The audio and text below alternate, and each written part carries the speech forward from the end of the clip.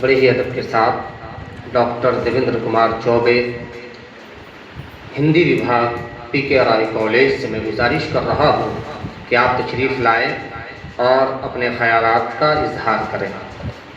Doctor DK Choubey साहब।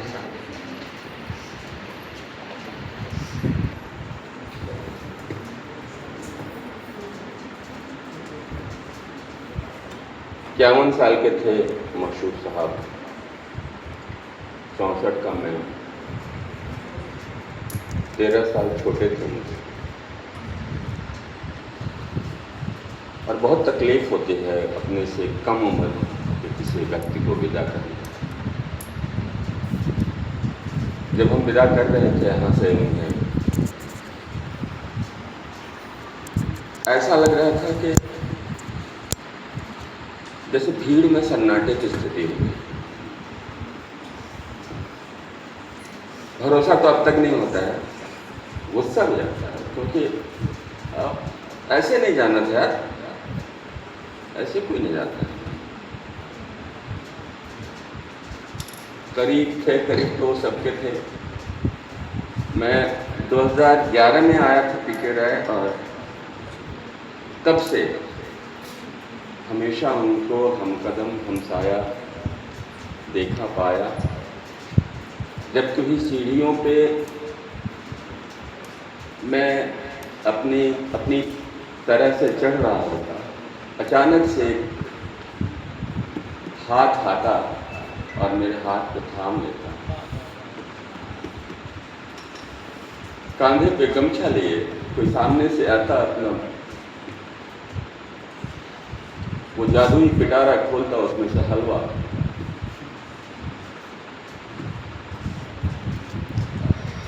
मुझे अब मैंने मौत को समझ लिया तो बहुत तकलीफ नहीं होती, क्योंकि एक वही तो है जो सच है, बाकी क्या है। तो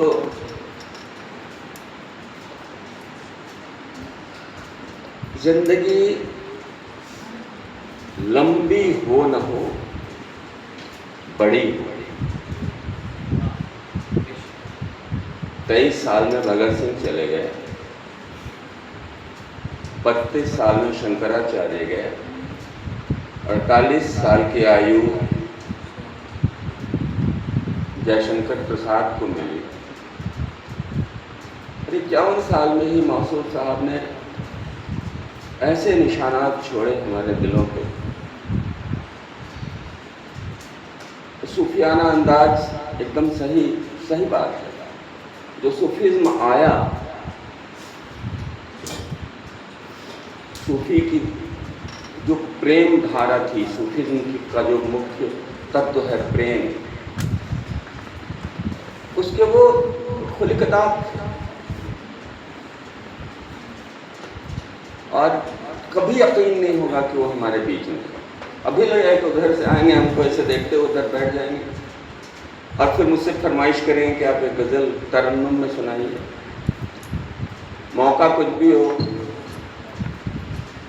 गजब का इंसान था भाई। और मैं सच बताऊं कि उनके बारे में 75% उनके जाने के बाद मैंने जब सोचा तो उनको समझा।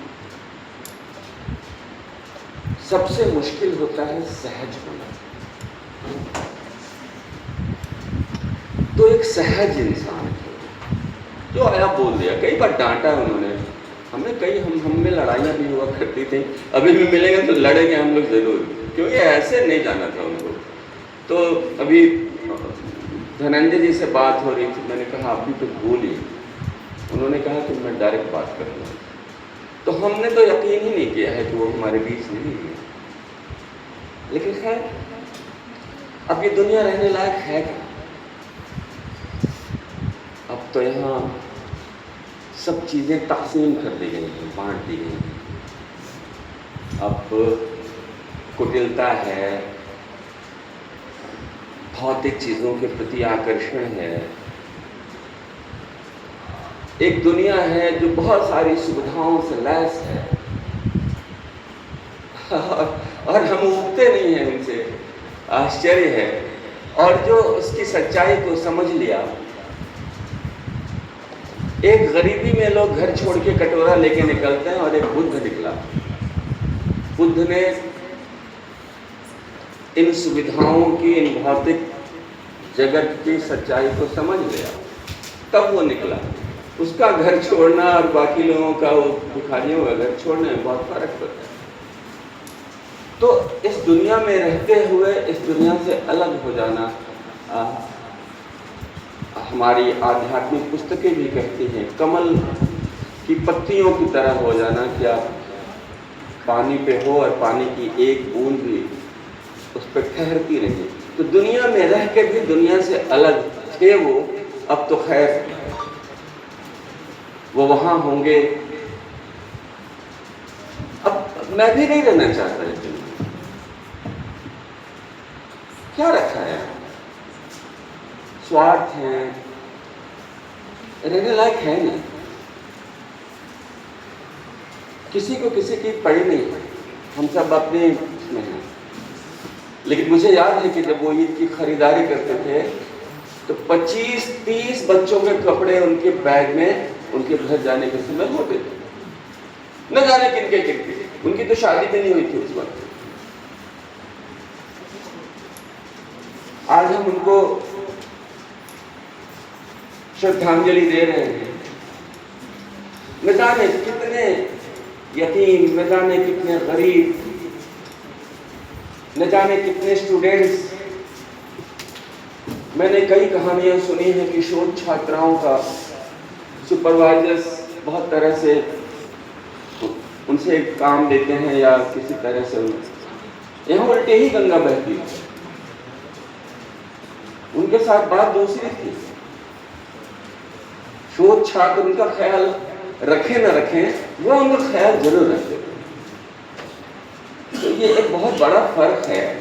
और उस आदमी ने ये हमें सिखाया है। उनकी इच्छा रहती थी कि मैं कुछ पढ़ूं। तरन्नुम में तो नहीं पढ़ पाऊंगा, अभी मनस्थिति नहीं है मेरी वैसे, लेकिन मैं कोशिश करता हूं।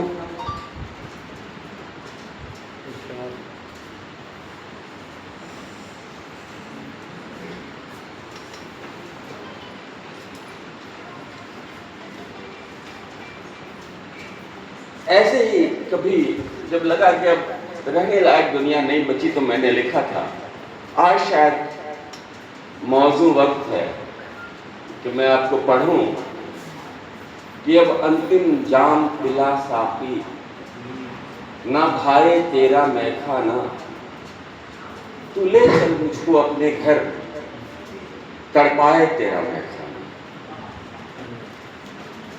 प्रेम पियाला समझ समझ छप पिए थे जो मैंने पैमाने, मधु आभासी मधु महक लिए आए थे मुझको भरमाने। सब भ्रम टूटे, तंद्रा टूटी, भरमाए तेरा मैखाना, अब अंतिम जाम पिला साकी, ना भाए तेरा मैखाना। अब तो टूटे पैमानों पर कह कहे लगाए जाते, अब तो टूटे पैमानों पर कह कहे लगाए जाते हैं। मदहोश रिंद की मस्ती पर लानत बरसाए जाते हैं। मैं मद्यप हूँ बेहोश पड़ा, इठलाए तेरा मैखाना, अब अंतिम जाम पिला साकी, ना भाए तेरा मैखाना। मासूम साहब को नजर करता हूँ ये वाला बंद कि कल तक अपने पैमाने से ढाला सबके पैमाने, कल तक अपने पैमाने से ढाला सबके पैमानों में, कतरा कतरा बांटा उसने, क्या अपनों क्या बेगानों में, अब एक घूंट क्या मांग लिया, थकियाए तेरा मैखाना, अब अंतिम जाम पिला साकी, न भाए तेरा मैखाना।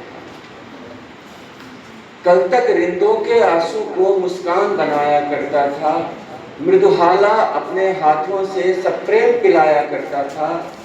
अब रो रो प्याला भरता हूँ, मुस्काए तेरा मैखाना, अब अंतिम जाम पिला साकी, न भाए तेरा मैखाना। और पैमानों पर मीनाकारी का राज समझ लिया अब आया। ये दोहरे चेहरे दिखते हैं, चेहरों पे चेहरे चढ़ाए लोग घूम गए। पैमानों पर मीनाकारी का राज समझ अब आया है, साकी बाला की नाज अदा अंदाज समझ अब आया है। अब तेरा घर खींचे मुझको, फटकारे तेरा मैखाना, अंतिम जाम पिला साकी, ना भाए तेरा मैखाना। अभी किस दुनिया में होंगे और किस आनंद और मस्ती में होंगे, हम यहाँ रो रहे हैं। उस पर एक आखिरी बंद नजर करता हूँ कि है सुना तुम्हारे घर पर तो मैं का दरिया ही बहता है सुना तुम्हारे घर पर तो मैं का दरिया ही बहता है। मतवाले पीते हैं छक्कर, कोई कंठ न प्यासा रहता है। अब तेरा घर अपनाए मुझे, बिलगाए तेरा मैखाना, अब अंतिम घूंट पिला साकी, ना भाए तेरा मैखाना। यकीनन वो उसकी पनाह में पहुंच गए थे, जहां पहुंचने के लिए हम दिन रात इबादत करते हैं।